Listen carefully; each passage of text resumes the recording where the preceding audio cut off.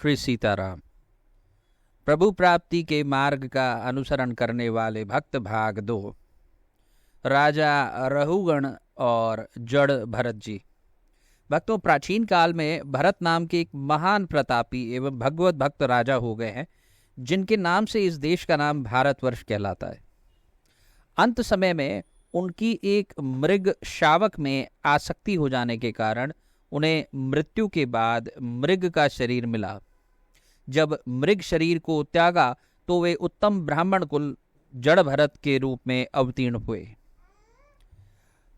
जड़ भरत के पिता अंगिरस गोत्री ब्राह्मण वेद पाठी थे और सदाचारी तथा आत्मज्ञानी थे। वे शम, दम, संतोष, क्षमा, नम्रता आदि गुणों से विभूषित थे और तप, दान तथा धर्म आचरण में रत रहते थे।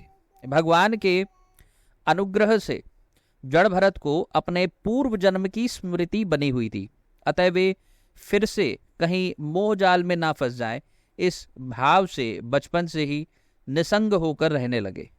उन्होंने अपना स्वरूप जानबूझकर उन्मत्त, जड़, अंधे और बहरे के समान बना लिया था और इसी छद्मवेश में वे निर्द्वंद होकर विचरने लगे।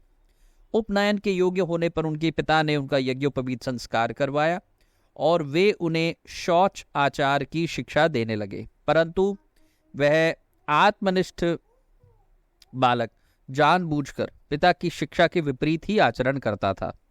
ब्राह्मण ने उन्हें वेद अध्ययन कराने के विचार से पहले तो 4 महीने तक व्याहृति, प्रणव और शिर के सहित त्रिपदा गायत्री का अभ्यास कराया, परंतु बहुत दीर्घ काल तक वे उन्हें स्वर आदि से सहित गायत्री मंत्र का उच्चारण भी ठीक तरह से नहीं करा सके।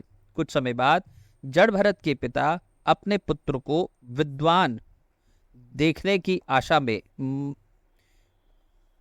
इस असार संसार से चल बसे। उनकी माता इन्हें इनकी बहन को इनकी सौतेली माँ को सौंपकर स्वयं पति का सहगमन कर पतिलोक को चल बसी। पिता का परलोकवास हो गया, माता का परलोकवास हो गया। ऐसा हो जाने पर इनके जो सौतेले भाई थे उनका आत्मविद्या की ओर कुछ भी ध्यान नहीं था। वे कर्म कांड को ही सब कुछ समझते थे। वे जड़ बुद्धि और निकम्मा समझकर जड़ भरत जी को इन्होंने पढ़ाई का आग्रह करना ही छोड़ दिया। जड़ भरत जी भी सब लोगों के इनके स्वरूप को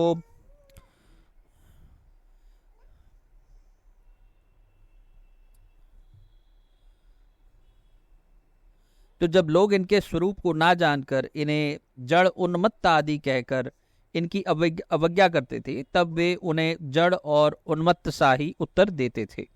लोग इन्हें जो कोई भी काम करने को कहते थे ये उसको तुरंत कर देते थे। कभी बेगार में, कभी मजदूरी पर, कभी किसी समय भिक्षा मांगकर और कभी बिना उद्योग किए ही जो कुछ बुरा भला अन्न इन्हें प्राप्त हो जाता उसी से ही अपना निर्वाह कर लेते थे। स्वाद का बुद्धि से और इंद्रियों की तृप्ति से कोई संबंध ना रहे, इसके लिए वे ज़्यादा कुछ नहीं खाते थे, क्योंकि उन्हें ये बोध हो गया था कि स्वयं अनुभव रूप आनंद स्वरूप आत्मा मैं ही हूँ और मान अपमान, जय पराजय आदि द्वंद्वों से उत्पन्न होने वाले सुख दुखों से मैं सर्वथा अतीत हूँ। वे सर्दी, गर्मी, वायु और बरसात में भी वृषभ के समान सदा नग्न रहते थे। इससे उनका शरीर पुष्ट और दृढ़ हो गया था। वे भूमि पर शयन करते, शरीर में कभी भी तेल आदि नहीं लगाते थे और स्नान भी कभी नहीं करते थे, जिससे उनके शरीर पर धूल जम गई थी और उनके इस मलिन वेश के अंदर एक ब्रह्म तेज अपना वो छुपा कर ऐसा रखते थे जैसे कि हीरे पर मिट्टी जम जाए तो उसका तेज प्रकट नहीं होता है। वे कमर में एक मैला सा वस्त्र लपेटे रहते थे और शरीर पर एक मैला सा जनेऊ डाले रहते थे, जिससे लोग इन्हें जाति मात्र का ब्राह्मण अथवा अधम ब्राह्मण समझकर इनका तिरस्कार करते थे, परंतु ये इसकी तनिक भी परवाह नहीं करते थे। इनके भाइयों ने जब देखा कि ये दूसरों के यहाँ मजदूरी करके पेट पालते हैं, तब उन्होंने लोक लज्जा के कारण इन्हें धान के खेतों में क्यारी इकसार करने में नियुक्त कर दिया। किंतु ये कहीं तो ज़्यादा मिट्टी डालते थे और कहीं कम, कहाँ ज़्यादा डालनी है कहाँ कम डालनी है इनका इनको बिल्कुल ध्यान नहीं रहता था। और भाइयों के दिए हुए चावल के दानों को, खल को, भूसी को, भुने हुए उड़द को और बर्तन में लगी हुई अन्न की खुरचन आदि से ये अपना बड़े प्रेम और आनंद से पेट पाल लेते थे। एक दिन किसी लुटेरों के सरदार ने संतान की कामना से देवी भद्रकाली को नरबलि देने का संकल्प किया। उसने इस कार्य के लिए एक मनुष्य को पहले से ही पकड़ के मंगवाया हुआ था, किंतु वो मरने के भय से उनके चंगुल से छूटकर भाग गया।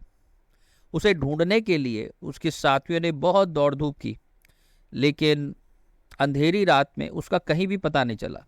अकस्मात दैवयोग से उनकी दृष्टि जड़ भरत पर पड़ी। ये एक टांग पर खड़े होकर हिरण, सुअर आदि जानवरों के साथ खेत की रखवाली कर रहे थे। इन्हें देखकर वे लोग बहुत प्रसन्न हुए और यह पुरुष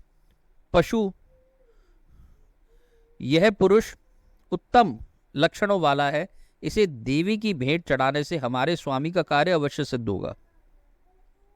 ऐसा समझकर वे लोग इन्हें रस्सी से बांधकर देवी के मंदिर में ले गए। उन्होंने इन्हें विधिवत स्नान कराया और कोरे वस्त्र पहनाए, आभूषण, पुष्पमाला, तिलक आदि से अलंकृत कर भोजन कराया। फिर गान, स्तुति, मृदंग आदि मंजीरों का शब्द करते हुए इन्हें देवी के आगे ले जाकर बिठा दिया। तदनंतर पुरोहित ने उस पुरुष पशु के रुधिर से देवी को तृप्त करने के लिए मंत्रों से अभिमंत्रित किए हुए कराल खड़क को उठाया और चाहा कि एक ही हाथ से उनका काम तमाम कर दें। इतने में ही उसने देखा कि मूर्ति में से बड़ा भयंकर शब्द हुआ और साक्षात भद्रकाली ने मूर्ति में से प्रकट होकर पुरोहित के हाथ से तलवार छीन ली और उसी से उन पापी दुष्टों के सिर को काट दिया। अब एक अलग घटना में एक दिन की बात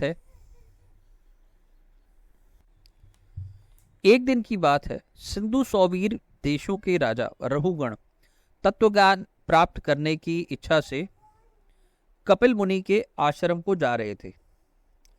इक्षुमती नदी के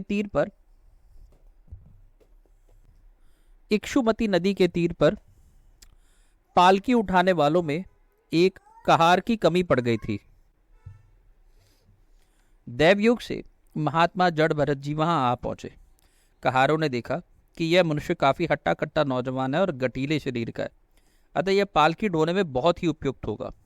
इसलिए उन्होंने इनको जबरदस्ती पकड़कर अपने में शामिल कर लिया। पालकी उठाकर चलने में हिंसा न हो जाए, इस भय से बाण भर आगे पृथ्वी को देखकर वहां कोई कीड़ा चींटी आदि तो नहीं है, ये निश्चय करके ये आगे बढ़ते थे।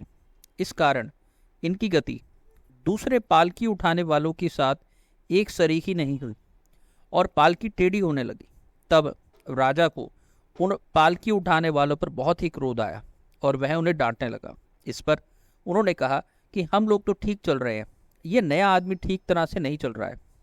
ये सुनकर राजा रहुगण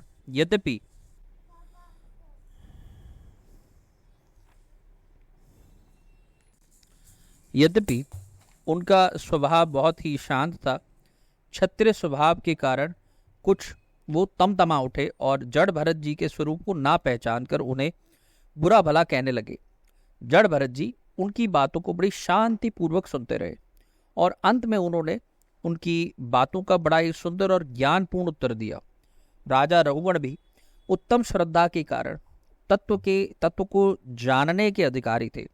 जब उन्होंने इस प्रकार का सुंदर सा उत्तर उस पालकी ढोने वाले मनुष्य से सुना, तब उनके मन में यह निश्चय हो गया था कि हो ना हो ये एक छद्म वेशधारी महात्मा है। अतः वे अपने बड़प्पन का अभिमान को त्याग कर तुरंत ही पालकी से नीचे उतरे और उनके चरणों में गिरकर गिड़गिड़ाने लगे और क्षमा मांगने लगे।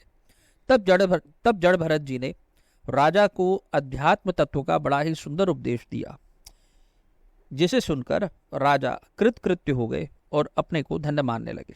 जड़ भरत जी द्वारा राजा रहुगण को दिए गए उपदेश को विस्तृत वर्णन श्रीमद् भागवत के पंचम स्कंद के अध्याय 11 से 14 तक देखने में मिलता है।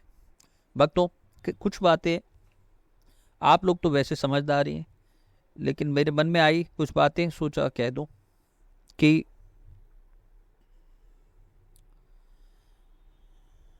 कैसे देवी ने प्रकट होकर के बलि को स्वीकार ना करके, बल्कि जो बलि देने वाले थे उन्हीं का कत्ल कर दिया, उन्हीं को मार दिया। जितने भी हमारे बंगाली भाई बहन हैं जो रहते हैं बंगाल में या जहां भी रहते हैं, देवी को प्रसन्न करने के लिए भोग आदि के तौर पर उनको मछली, मटन, चिकन या जो भी कुछ बलि आदि चढ़ा देते हैं और उसको भोग समझ करके प्रसाद के रूप में पाते हैं। देवी कभी प्रसन्न नहीं होती इन बलियों से। ये चरित्र इस बात का प्रमाण है। पिछले चरित्र में भी हमने देखा था कि कैसे प्राचीन बरही पशु बलि देता था और नारद जी ने कृपा करके उनको दिव्य दृष्टि दी और दिखाया कि जिन पशुओं की तुमने बलि दी है, देखो वो तुम्हारा इंतजार कर रहे हैं, तुमसे अपना बदला लेने के लिए इंतजार कर रहे हैं ऊपर। ये बलि चढ़ाना, कुर्बानियां देना, हत्याएं करना, बेवजह ही बेकसूर जीवों की, ये इसको कोई देवी देवता कभी भी स्वीकार नहीं करता है। दूसरी एक बात और है कि जड़ भरत जी को जो भी कोई काम देता था वो उसको कर डालते थे। हमारे अपने समाज में भी ये देखने को आता है कि बड़े बड़े लोग, बड़े बड़े पदों पर, आध्यात्मिक पदों पर बैठे हुए लोग, मैं ऐसा नहीं कहता कि वे संत विरक्त नहीं होते या वो अपने में आध्यात्मिक बल नहीं रखते या ज्ञान नहीं रखते, हो सकता है बिल्कुल रखते हो, लेकिन साधारण से दिखने वाले, साधारण परिस्थिति जैसा दिखने वाला इंसान की आध्यात्मिक स्थिति भी बहुत ऊंची हो सकती है। बिल्कुल साधारण देखने वाला, आपको लगेगा कि ये तो बस यूं ही दिखता है, ऐसे ही दिखता है या ऐसे ही बोलता है, लेकिन उसकी अंदरूनी स्थिति क्या हो सकती है आपको उसका अनुमान भी नहीं हो सकता। इसलिए किसी को छोटा बड़ा समझना, जजमेंट करना दूसरों की, ये कहीं भी उचित नहीं है। हम जज बने तो अपने बने, दूसरों का जज बन के कुछ हासिल नहीं होने वाला है। आप अपने ही घरों में देखिए, आप उन माताओं को याद करिए जो आपकी दादी या नानी या माता या पत्नी के रूप में आपकी कितनी सेवा करती होगी, या दादा, नाना, पिता के रूप में उनका स्मरण करिए, वे कितनी कम सेवा लेते हैं और कितनी अधिक सेवा करते हैं, कितना अधिक वे खपे आप लोगों के लिए। उन्होंने अपना पूरा जीवन आप लोगों की सेवा में निकाल दिया होगा। कोई ना कोई ऐसा व्यक्ति आपके जीवन में जरूर होगा। परम श्रद्धेय स्वामी राम सुखदास जी कहते थे, ये जो माइयाँ होती हैं, जो बूढ़ी बूढ़ी माताएं हैं, माइयाँ हैं, ये कई जगह घर में बर्तनों में साफ सफाई और बर्तन मांजते, कई बार अपने घर में ही साफ सफाई और करती हैं। कह रही इनकी स्थिति कोई हल्की नहीं है, ये सेवा करके मुक्त हो गई हैं, इनका पुनर्जन्म नहीं होने वाला है, इनके कुछ सेवा बकाया थी, ये इन्होंने कर डाली, अब ये मुक्ति है, अब इनकी मुक्ति है। कहने का अर्थ है कि हमारे घरों में भी, हमारे पास पड़ोस में भी, और वैसे भी आमतौर पे समाज में देखने वाले उन लोगों की हमें ज़रूर इज्जत करनी चाहिए और उनके जैसा बनना चाहिए कि कैसे वो मेहनत करके आपसे कम सेवा लेकर के आपकी कितनी अधिक सेवा करते हैं। चाहे रात को आप कहीं देरी से आते हो और आपके लिए भोजन बनाना हो या भोजन बना के रख दिया हो, या आपके सिर में दर्द हो रहा हो तो सिर पे तेल लगाना हो, या सुबह 4 बजे उठ करके आप ही के लिए या 5 बजे उठ करके आप ही के लिए किसी विशेष कुछ विशेष तैयारी करनी हो। तो कहने का अर्थ ये कि साधारण से दिखने वाले लोग भी, उनकी स्थिति बहुत विशेष, बहुत महान होती है, और हमें हृदय से हमें उनका सम्मान करना चाहिए। इसके साथ मैं अब वाणी को विश्राम देना चाहूँगा। अगले भाग में मैं श्री सगर जी का चरित्र हम श्रवण करेंगे। आपके भक्ति के अनुभवों का मेरे को इंतज़ार रहेगा। आप नीचे दिए डिस्क्रिप्शन में व्हाट्सएप नंबर पर या ईमेल एड्रेस पर मुझे संपर्क कर सकते हैं। अपने अनुभव जो आप शेयर करना चाहें दूसरे को प्रेरणा देने के लिए, आप ज़रूर शेयर करें, ताकि और लोग इस भक्ति मार्ग पर प्रशस्त हों और वो भगवान के सन्मुख होकर अपना उद्धार करें। आप ही की चरणों की कृपा याचना करता हुए दास वाणी को विश्राम देता है।